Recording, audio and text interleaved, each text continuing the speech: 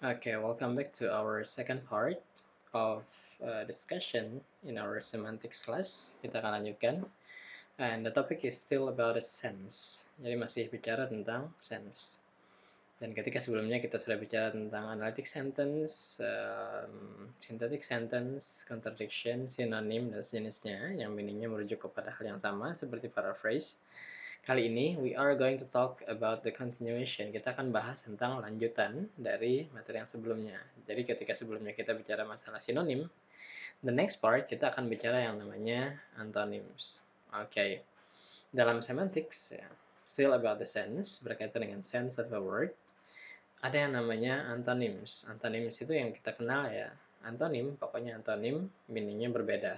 Ternyata in semantics dia punya klasifikasi. Klasifikasi yang pertama adalah ada yang namanya binary antonyms. Binary antonyms ini adalah predicates which come in pairs and between them exhaust all the relevant possibilities. If one predicate is applicable, then the other one cannot be and vice versa. Ya, maksudnya binary antonyms adalah dua predicates ya, dua predikator yang meaningnya itu benar-benar bertentangan sepenuhnya. Itu yang namanya binary antonym. Jadi kalau yang satunya oke, yang satunya tidak. Yang satunya iya, pokoknya yang satunya tidak. Contoh dari binary antonyms adalah true and false. Ya. Jadi kalau if a sentence is true, it cannot be false. Jadi kalau kalimat itu true, pasti dia tidak false. Atau kebalikannya, kalau sebuah sentence itu adalah false, pasti dia tidak true. Ini yang kita sebut sebagai binary antonyms. Contoh lain berkaitan dengan entailment adalah alternatively, if something is true, this entails that it's not false. If it is false, it entails, this entails it is not true. Ini yang namanya binary antonyms. Yes, no, true, false, correct, incorrect, dan sejenisnya itu disebut sebagai binary antonyms.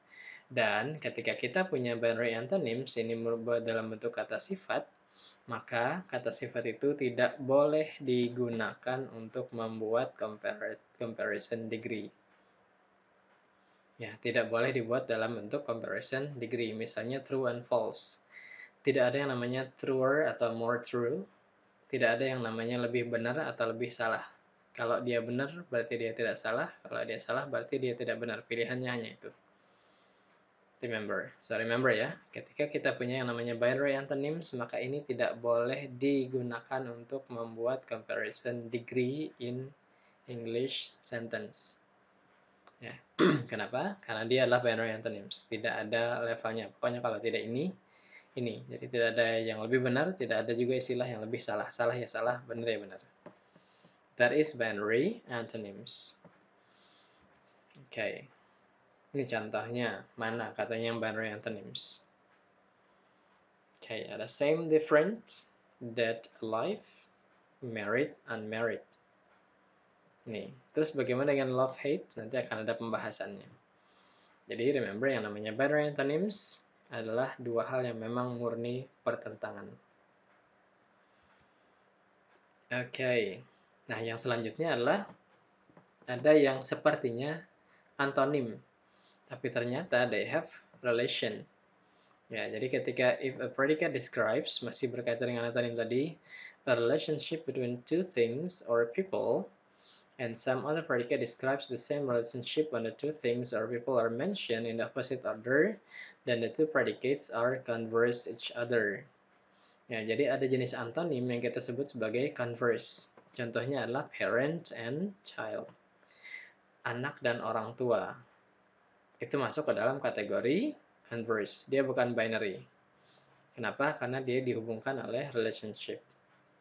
Ayah, anak, ibu, anak itu disebut sebagai converse. Ya. Jadi kalau misalnya si X itu adalah parents of Y, itu artinya Y itu adalah child of X. Jadi bisa diputar-putar. Ini yang namanya converse. Ya. Jadi jenis antonimnya adalah converse, bukan binary. Oke, ini contohnya. Ada grandparent dan grandchild. Itu yang namanya converse. Dia punya hubungan. Lalu ada greater than, ada less than. Ya, they have they have relation. Atau juga yang own dan belong to, memiliki dan dimiliki. That's it, itu yang namanya converse. Oke, sudah ada dua. Yang pertama binary antonyms, yang kedua adalah converse. Lalu ada lagi, ya, you can check this one ya. Nanti silahkan di pause videonya, and then you can practice yourself. Nah, yang selanjutnya ada yang namanya gradable antonyms. Gradable antonyms itu adalah antonyms, tapi ternyata antonymsnya itu punya continuous scale of values. Dia punya level-level ternyata. Nah, jenis antonim seperti ini, adjektif yang masuk ke dalam gradable antonyms inilah yang kemudian boleh kita jadikan untuk membuat comparison degree dalam kalimat perbandingan. Misalnya ada kata hot and cold. Hot and cold itu adalah gradable antonyms. Kenapa? Karena ternyata di antara hot and cold itu ada warm, ada cool, ada tepid. Ya. Jadi hot and cold ini adalah antonim benar, tapi disebut sebagai gradable antonyms karena di antara ini ada apa sih namanya, ada continuous scale of values, ada tahapannya lagi. Nah, gradable antonyms ini ketika dia kata sifat seperti ini, inilah yang boleh dijadikan kalimat, sekali lagi boleh dijadikan comparison degree. Ada hotter, ada colder, ada warmer, ada cooler, dan sejenisnya. That's it.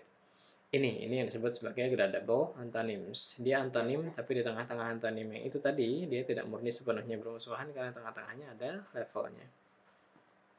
Oke. Ada tall and short, ada long and short, ya. Ada clever, ada stupid, lalu ada love, ada hate, ya. Ini adalah contoh dari gradable antonym. Love dengan hate, di tengah-tengahnya ternyata ada kata like, ada kata dislike. Kemudian ada cannot stand, dan sejenisnya. Dia punya level ternyata. Ini kemudian kita kenal dengan istilah sebutan gradable antonyms. Jadi yang pertama ada yang namanya binary antonyms, yang sepenuhnya antonim. Lalu ada yang namanya converse, antonim yang punya relation, yang dia punya hubungan. Kemudian ada lagi antonyms yang dia punya level, dia punya tingkatan, disebut sebagai gradable antonyms. Ada 3. Oke, nah yang selanjutnya ini masih ada hubungannya dengan yang sebelumnya. Contradictory, ya. Ini adalah yang di video sebelumnya kita bahas dengan sebutan contradiction. Ketika itu adalah sebuah contradiction, maka dia disebut sebagai contradictory. Contradictory adalah jika it entails the negation of the other sentence. Ya. The beetle is alive is contradictory of this beetle is dead. Ini yang namanya contradiction. Kalau dia alive, contradictory-nya adalah the beetle is dead. Ini yang namanya contradiction.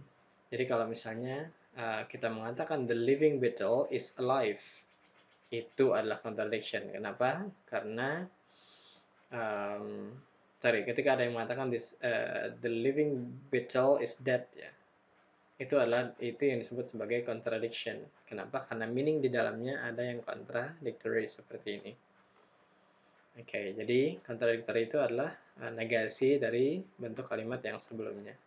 Saya lapar, contradiction-nya adalah contradictory sentence-nya adalah saya kenyang.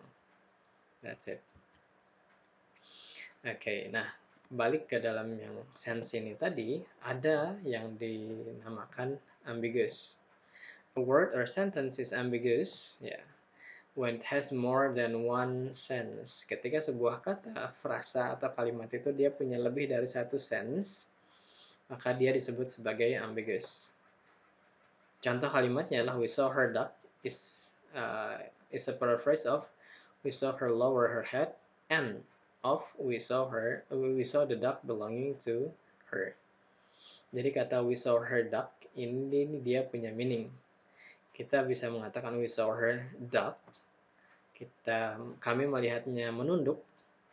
Atau yang kedua adalah we saw her duck. Kami melihat bebek atau itik punyanya dia. Ini yang namanya ambiguous. Ya. Kenapa ambiguous? Karena this sentence has more than one sense. Bisa jadi kita melihat dia sedang menunduk atau kita melihat bebek atau itik yang punyanya dia ini tadi. That's it. Okay. Terus, in case of words and phrases, a word or phrase is ambiguous if it has two or more synonyms that are not themselves synonyms to each other. Maksudnya adalah ketika ada sebuah kata atau frasa, frasa itu ternyata dia tidak meaningnya itu lebih dari satu dan sense-nya itu lebih dari satu dan sense-nya itu tadi bukan sinonim atau tidak merujuk kepada hal yang sama, maka kemudian menyebabkan sebuah word atau phrase itu ambiguous. Oke. Kalau ini ada contohnya yang bahasa Inggris, kalau bahasa Indonesia adalah ketika kita mengatakan bisa. Bisa itu dia punya sense. Bisa yang pertama merujuk kepada racun ular, bisa yang kedua merujuk kepada kemampuan. Sense-nya berbeda, right? Mereka bukan sinonim. Nah, ketika sense-nya itu berbeda dan mereka bukan sinonim, itulah yang menyebabkan sebuah word atau phrase itu kemudian menjadi ambiguous. That's it. Oke. Nah, yang selanjutnya kita sudah bicara sinonim, kita sudah bicara hiponim, kita sudah bicara antonim. Yang selanjutnya masih dalam tahapan sense ada yang namanya homonim. Ini ada hubungannya dengan ambiguity tadi. Jadi homonymy is one of an ambiguous word whose different sense are far apart from each other and not obviously related to each other in any way with respect to a native speaker's intuition. Ya, jadi kata yang tadi dia punya meaning atau dia punya sense yang berbeda, ya, dan meaningnya ambiguous, itu disebut sebagai homonim. Jadi ada dua kata yang sebenarnya katanya itu sama, pengucapannya sama, tapi meaningnya berbeda. Itu yang namanya homonim. Contohnya adalah mug, ini bisa mengarah kepada drinking vessels, ini adalah kata yang pertama. Kata yang kedua, katanya sama tapi itu adalah gullible person. Dua meaning ini menggunakan dua kata yang sama persis. Nah, dua kata yang sama persis itu disebut sebagai homonim. Bank ini juga homonim. Bisa itu tadi adalah homonim. Bisa yang merujuk kepada kemampuan, bisa yang merujuk kepada racun. Dua kata, anggapannya adalah dua kata yang sama. Itu yang disebut sebagai homonim. Tapi ketika katanya sama itu, dia punya meaning yang berbeda. Seperti bank dan bank yang merupakan financial institution atau the side of a river or stream. Ini adalah homonim. Terus apakah ada hubungannya? Tidak ada sama sekali. Meaningnya tidak punya obvious conceptual connection. That's it. Ya, ini yang namanya homonim. Jadi homonim adalah dua kata yang pengucapannya sama, penulisannya yang sama. Penulisannya juga sama, tapi meaningnya berbeda, sense-nya berbeda. Itu yang namanya homonim. Oke, lalu ada lagi kebalikan penjelasannya, sebenarnya kebalikan dari yang homonim tadi, ada yang namanya polisemi. Nah, kalau polisemi ini kita berbicara dari, kalau homonim tadi kita berbicara dua kata yang pengucapan dan tulisannya sama tapi meaningnya berbeda. Nah, kalau yang ini kita menganggapnya sebagai satu kata tapi meaningnya ada banyak. Nah, jadi polisemi adalah a word has several very close related sense. Ya. Polisemi ini adalah kata yang dia punya sense yang banyak, gitu. Sederhananya seperti itu. Seperti kata mouth, ini bisa merujuk kepada river, bisa juga an animal. Ini adalah contoh dari polisemi. Oke. Nih, ada kata run. Run ini bisa punya banyak meaning. Run in a race, run for office. This road runs from east to west. The motor is running, the water is running down. The roof run a computer program. Katanya sama, right? Ada kata run, tapi dia punya sense yang berbeda-beda dan sense itu bisa nempel bergantung kepada kondisinya. Nah, ketika sebuah kata itu punya banyak sense yang bisa ditempelkan kepada beberapa sentences yang berbeda-beda, maka kata ini disebut sebagai polysemy. That's it. Okay. Nah, ketika sesuatu itu dia homonim atau kemudian dia polisemi yang punya sifat yang sama, apa itu? Sifatnya adalah ambiguous. Ya. Ambiguous itu kemudian kita pecah. Ya. Ada yang namanya structurally or grammatically ambiguous. structurally atau grammatical ambiguous atau ambiguity yang levelnya struktural atau grammatical ini adalah ambiguity atau ambiguitas yang dia akan menjadi ambigu ketika dia masuk ke dalam tatanan kalimat yang lengkap. Contohnya, the chicken is ready to eat.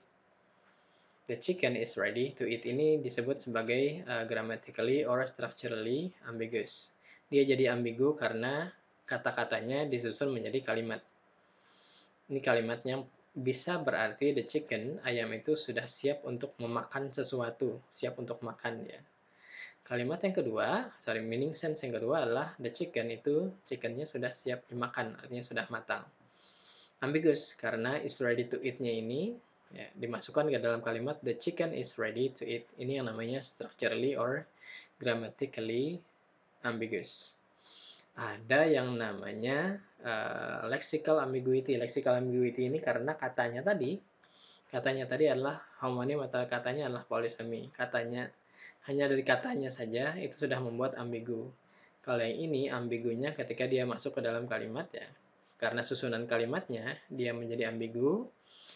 Kalau yang ini ya, karena hanya kata corrected-nya saja. Hanya satu kata ini saja yang meaning-nya bisa banyak. Sehingga dia disebut sebagai lexical ambiguity. Jadi ambiguitas atau ambiguous itu ada dua. Ada yang namanya structural or grammatical ambiguity, ada juga namanya lexical ambiguity.